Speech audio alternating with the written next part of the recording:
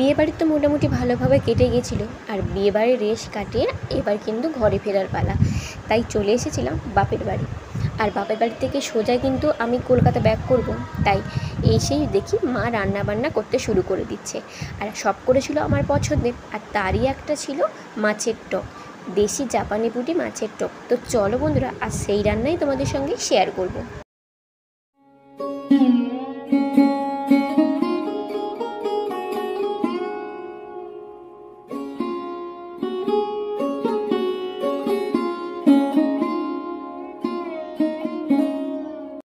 তো তার জন্য দেখো, প্রথমেই মা কিন্তু জ্যান্ত জাপানি পুঁটি আমাদের বাড়ির সামনেই পুকুরে বিক্রি করছিল।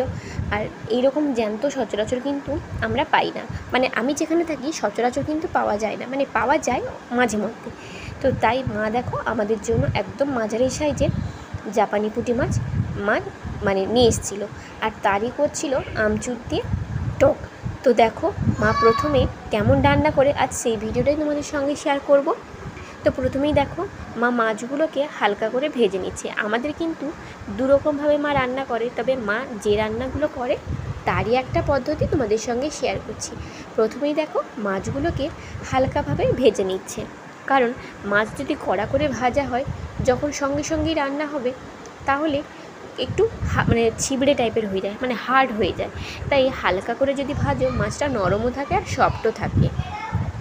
আর এই রান্নাটা কিন্তু একদম সিম্পলভাবে, আর যেহেতু ধীরে ধীরে গরম পড়েই যাচ্ছে, তো তাই কিন্তু গরমকালে মাছের টক বা ডাল, টক ডাল এইরকম কিন্তু খাওয়াটা খুব জরুরি।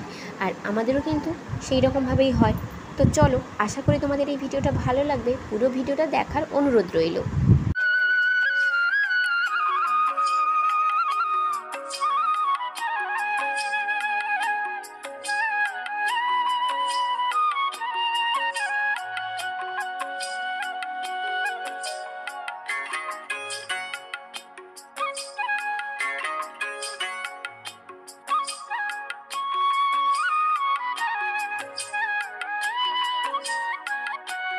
তো দেখো এবার কিন্তু মাছগুলো মার ভাজা হয়ে গেছে, আর এক এক করে মা কিন্তু মাছগুলো তুলে নিয়েছে। আর এবার ওই মাছ ভাজার তেলেই কিন্তু রান্নাটা কমপ্লিট হবে। তো তার জন্য দেখো 5 ফোড়ন আর শুকনো লঙ্কা কিন্তু ফোড়নের জন্য দিয়ে দিয়েছে। এবারে কিন্তু একটু অন্যরকম থাকবে। মা যেটা বললো, মাছ কিন্তু রান্না করবে টমেটো দিয়ে। তো তোমরা ভিডিওটা দেখো, ফোড়নটা দিয়েই একদম ভালো করে মানে এই স্মেলটা ছেড়ে গেলেই তবে বোঝা যাবে যে মশলাটা হয়ে গেছে। তো এবার না মা কিন্তু ওই সর্ষে বাটা আর টমেটো যে আছে ওইটা দিয়ে দেবে, আর এতে না দারুণ টেস্টও আসে। তোমাদের কাছে রিকোয়েস্ট থাকবে এই রান্না এইভাবে একবার করে দেখো, দারুণ খেতে লাগে। আচ্ছা, তোমাদের এখানে হয়তো মনে হতে পারে মা ফোড়ন দেওয়ার তেলটা কেন তুলছে বা কোথায় রাখছে। আসলে মা মাছের তেলের চচ্চড়িটা রান্না করেছিল, এই ফোড়নের তেলটা যদি ওপর থেকে একটু ছড়িয়ে দেওয়া হয় তাহলে কিন্তু তার টেস্ট আরও দুগুণ বেড়ে যায়। তো তাই মা করছে, ওই মশলার তেলটা একটু দিয়ে দিয়েছে। এবার দেখো মা ওই ফোড়নেই কিন্তু আমচুর, গোটা টমেটো মানে পিস পিস করে কেটে সর্ষে বাটা দিয়ে এতে ফোটাতে হবে, ভালো করে মা কিন্তু ফুটিয়ে নেবে। এটা কিন্তু একদম অন্যরকম লাগে, আর সত্যি বলতে কি এই রান্নাগুলো খুব ভালো লাগে খেতে। আর এবার নুন হলুদ দিয়ে ভালো করে মাছটাকে ফুটিয়ে নিতে হবে।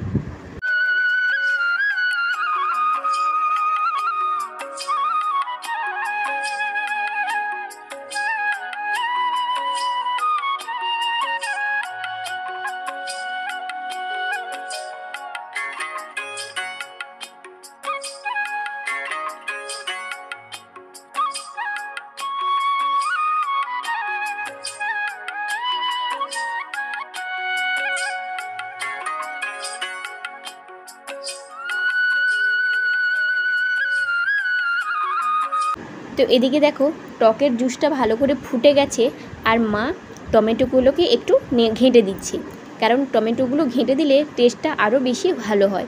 আর এরপর কিন্তু এক এক করে মাছগুলো ছেড়ে দেওয়া হবে।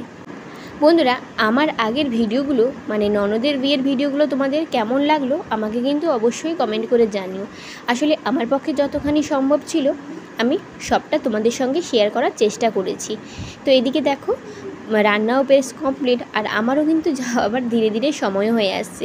মা বলছিল যে তুই এসছিস যখন আর 2 দিন থেকে গেলেই পারিস, কিন্তু ওই যে মেয়ের এক্সাম ছিল, তোমাদের আগে আমি শেয়ার করেছি যে মানে বিয়েটা এমন সময় হচ্ছিল যেটা কিন্তু আমার পক্ষে বেশি দিন থাকা খুবই অসুবিধার হয়ে যাচ্ছিলো, বাট তাও কিন্তু আমাকে থাকতে হয়েছিল। আর ওই দিনকে কিন্তু আমি অ্যাকচুয়ালি আসতে পারিনি বলতে আমি যেখানে থাকি মন্দির কাছে, যদিও ওই দুটো ছেলে মেয়েকে নিয়ে কিন্তু একা একা যাওয়াটা সম্ভব হয়ে ওঠে না। আর তার জন্য আমাকে কিন্তু আমার বাবার বাড়ির কাছে, একদম বাড়ির সামনেই, তোমরা দেখেইছো আমার পুরনো ভিডিওগুলো, যারা দেখেছো তারা নিশ্চয়ই জানো, আমার পুরনো ভিডিওগুলোতে আছে যে আমার বাপের বাড়ির কাছে মন্দিরটা কিন্তু একদম কাছে, মানে আমাদের বাড়ির সামনেই। তো বলছিল যে এত বছর পরে যখন এসেছিস আর একটা দিন মধ্যখানে থেকে একদম শিবরাত্রির ব্রতটা করেই চলে যা। আমার অনেকটা অসুবিধা ছিল ঠিকই, কিন্তু ওই যে মা বাবার কথা ফেলতে পারিনি, তাই আমি ওই দিনকে কিন্তু আসতে পারিনি, ঠিক আছে। তো তার জন্য কিন্তু আমাদের আটকে যেতে হয়েছিল। আর মা কিন্তু নাতি আর নাতনিকে পেয়ে খুব খুশি।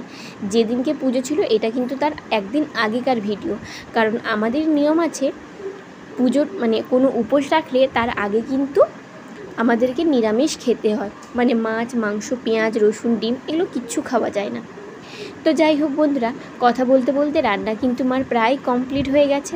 তো এই ভিডিওটা তোমাদের কেমন লাগলো আমাকে কিন্তু অবশ্যই কমেন্ট করে জানিও। দেখা হচ্ছে পরের ভিডিওতে, ততক্ষণের জন্য সবাই খুব ভালো থেকো, সুস্থ থেকো। আর হ্যাঁ, টক নামানোর পরে কিন্তু একটু কাঁচা সর্ষের তেল ছড়িয়ে দিতে কেউ ভুলো না, তাহলে কিন্তু টেস্ট আরও ভালো লাগে।